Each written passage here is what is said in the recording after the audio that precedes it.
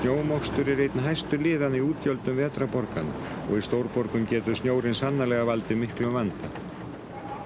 Í Sapporo og japönsku eyjunni Hokkaido falla 5 metrar af snjó á hverjum vetri. Þar búa næstum 2 milljónir manna og óvíða á jörðinni eru fleiri bílar. Í hvert sinn sem fennir fara mörg þúsund snjóruðningstæki af stað og allir taka þátt í að moka snjónum burt. Japanar virðast ekki eiga neitt orð yfir ófærð.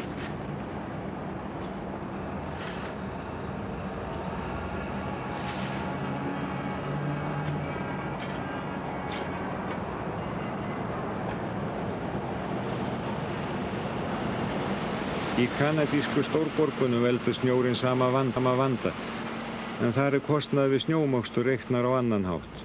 We have decided to invest a lot in snow removal. Our city budget is $54 million a year, Canadian dollar, which would be 250 million kroners if we put it in Norwegian term. It is a city budget that mobilizes when a snowstorm. We have about, let's say, 10 major snowstorms a year, 3,000 people, 1,400 pieces of equipment. We have 1,800 kilometers of streets and about 3,200 kilometers of sidewalk. And the objective is that within a period of 4 to 8 hours, all the sidewalks are cleared, generally sand if they were icy, so that elderlies can move around. And within 72 hours, all the snow on the streets and on the sidewalks is removed and disposed of. And that's the objective we pursue, so that we don't lose practically no time. I mean, if we've calculated that the loss of time to and from work, the loss of time for delivery of goods and of material to manufacture good is so important economically that, in fact, we don't consider it really an expenditure. It does create an important strain on the city budget, but it's rather an investment on the viability of the economy and the quality of life of the city.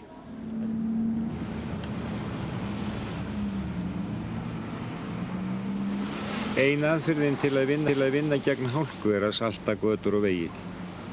Í bandarískum, kanadískum og norður-evrópskum borgum dreifa menn á hverjum vetri þúsundum tonna salti yfir göturnar. Þegar snjórinn síðan skafinn saman og honum ekki burt lítur hann svona út. Fyrir utan saltið fjöldi annarra óhreinindar í honum sem eitthvað verður að gera við.